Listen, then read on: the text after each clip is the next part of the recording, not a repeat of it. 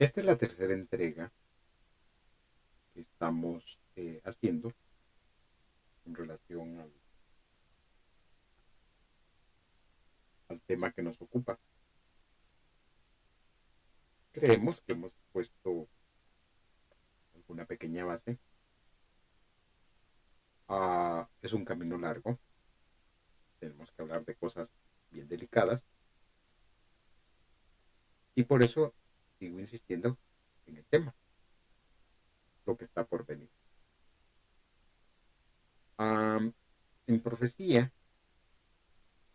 como en visión, como en sueño, o como en revelación, o como entendimiento, bueno, podría decir muchas cosas.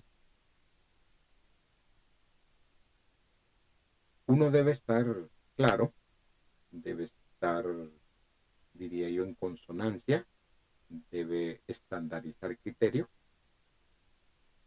con relación a eventos. Entiéndase eventos como sucesos que no han acaecido, que no han ocurrido o que no se han producido.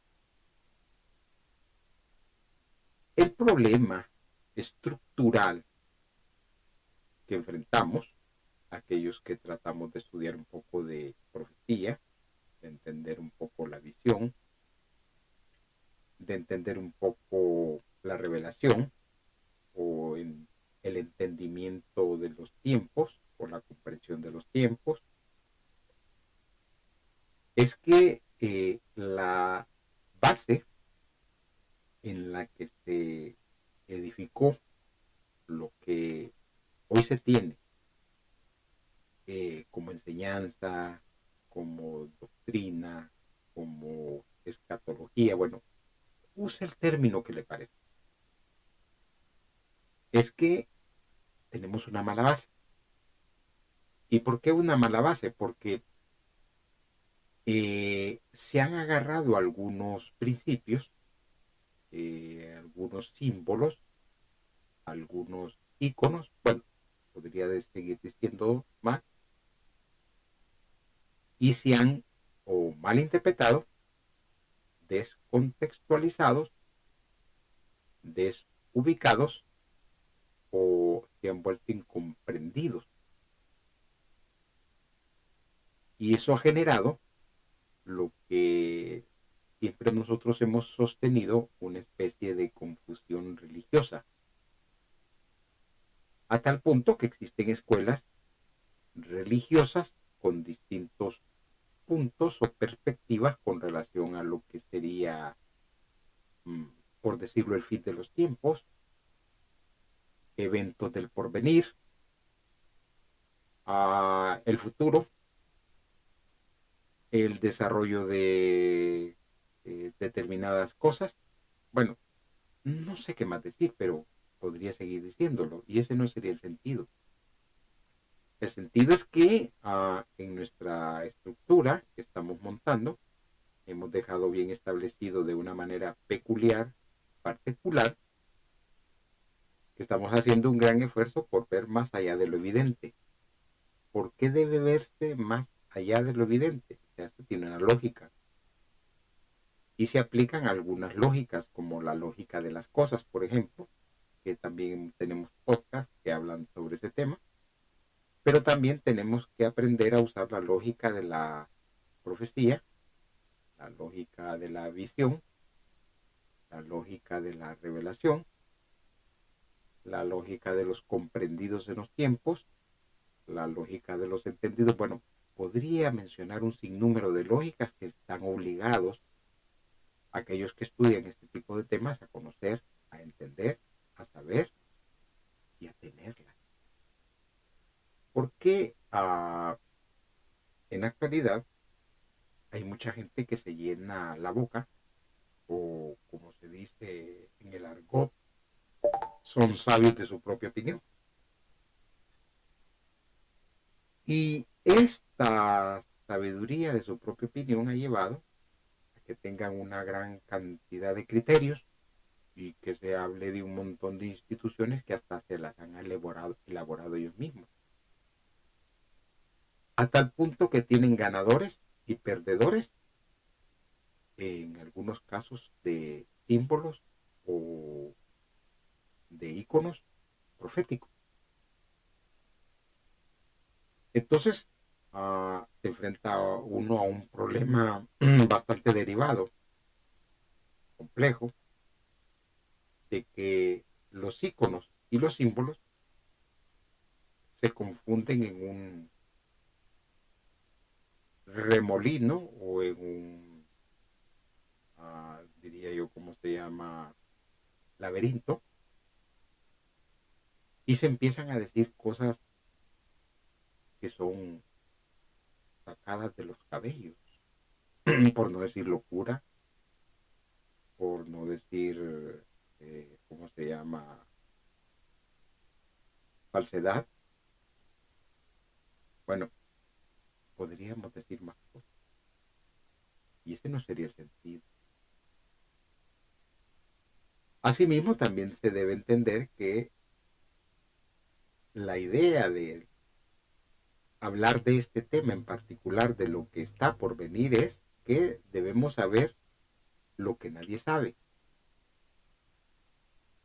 a ver lo que nadie ve y entender lo que nadie entiende. Con ese, eh, diría yo, parámetro o parámetros, podemos nosotros poder entender con más sentido por qué el tema de lo que está por venir. Entonces imagínense ustedes que uh, para un asunto, diría yo, de establecer algún punto, tenemos que comprender eh, hechos y circunstancias, a la par de individuos y poderes, porque no podemos separar, desligar que una persona con un determinado poder o un determinado don o un determinado conocimiento tenga capacidades extraordinarias de viajar a través del tiempo y ver, comprender, entender, captar lo que no ha ocurrido. Y entonces se podría generar una serie de interrogantes y una serie de dudas, una serie de cuestionamientos con relación a este asunto. Y podríamos generar una serie de preguntas. Una de ellas podría ser, ¿existen personas con la capacidad de ver más allá de lo que puede ver la mayoría de individuos? Existen personas que tienen la capacidad de observar lo que está acaeciendo en lugares oscuros, secretos, ocultos.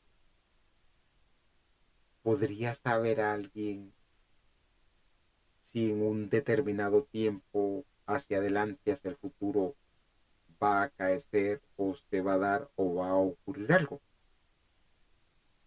Porque el problema que tenemos nosotros con relación a la profecía es que mucha de ella ha sido forzada a decir algo que posiblemente ni lo diga. Un ejemplo clásico, diría yo, es las cuartetas de Nostradamus. Quienes se han embuido en el estudio de las cuartetas verán que existen un sinnúmero de libros interpretándola desde tiempos atrás, las cuartetas,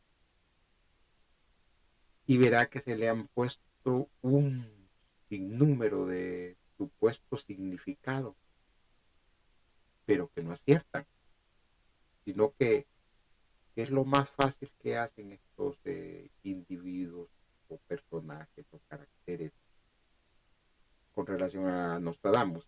Pasa un evento y dice, ah, sí, la cuarteta tal hablaba sobre este asunto. Pero ese no es el sentido de una profecía. El sentido de una profecía es que haya una capacidad extraordinaria de que alguien, estando en un punto referenciado, en un tiempo referenciado y en un lugar referenciado, pueda ver a través de las palabras proféticas, visionarias, hacia el futuro y saber que en determinado tiempo va a acaecer o va a ocurrir algo.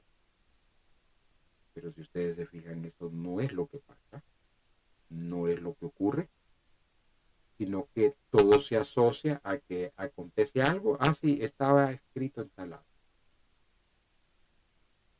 Esa no es la idea, tampoco ha sido el propósito de Dios cuando pone individuos con poderes extraordinarios para que se anticipen a las cosas. No, eso no ha sido el sentido. Si ustedes se fijan, por ejemplo, en las escrituras, de manera así como vuelo de pájaro, se nos cuenta una historia extraordinaria, diría yo, compleja, complicada, digna de un análisis profundo. Obvio lo estamos haciendo aquí a manera de vuelo de pájaro rápido, sobre un grupo de individuos en un determinado tiempo que se suponía estaban eh, dedicados de por vida a prepararse para recibir al Mesías Jesús. Creo yo que muchos conocerán esta historia, solo que de manera así yo la estoy haciendo muy rápida, porque no es el sentido de contarla de manera, ¿cómo se llama?, detallada. Y estos individuos se suponía que debían de conocer, deberían, se suponía que para eso estaban, se suponía que para eso decían que eran de, que representaban a. Y estos individuos, cuando llega el Mesías, no pueden identificar, no pueden decir si es el Mesías o no es el Mesías. No pueden interpretar las profecías, que se supone que las conocían ante Dios, y el Mesías pasa por el periodo, tiempo o espacio de ellos, y nunca pudieron decir es el Mesías Jesús, el que hemos estado esperando. Bueno, hasta el día de hoy siguen esperando, ¿no? Y entonces uno se pregunta, bueno, y estos no son los entendidos, y estos no son los conocedores, y estos son los que se han dedicado toda su vida a estar estudiando las escrituras y a conocer y a prepararse. Y cuando llega la oportunidad, el momento, se les va, como que no pasó nada. Eso mismo es lo que tenemos nosotros hoy en día. Hoy en día tenemos un montón de expertos, conocedores, intérpretes, entendidos, que no dan el ancho, que no sirven para nada, que crean un montón de textos de que va a pasar esto, va a pasar aquello, va a pasar al otro, y todavía seguimos al día de hoy esperando que pase algo. Y no pasa nada. Entonces, como ven ustedes, es un tema bastante complejo, no es fácil, no va a ser sencillo abordarlo, pero vamos a hacer lo posible, porque tenemos que aprender a diferenciar entre iconos y símbolos. Tenemos que aprender a diferenciar entre fechas y épocas, entre temporadas y entre estaciones, entre día y noche, entre regiones y países. Bueno, podríamos seguir diciendo más cosas, pero la idea no es esa. La idea es que dejamos seguimos avanzando en este tema. No es simple, pero vamos a hacer lo más que podamos. Siempre les recordamos que pueden escribirnos al correo electrónico la última iglesia@gmail.com. De antemano, les agradecemos la atención a la presente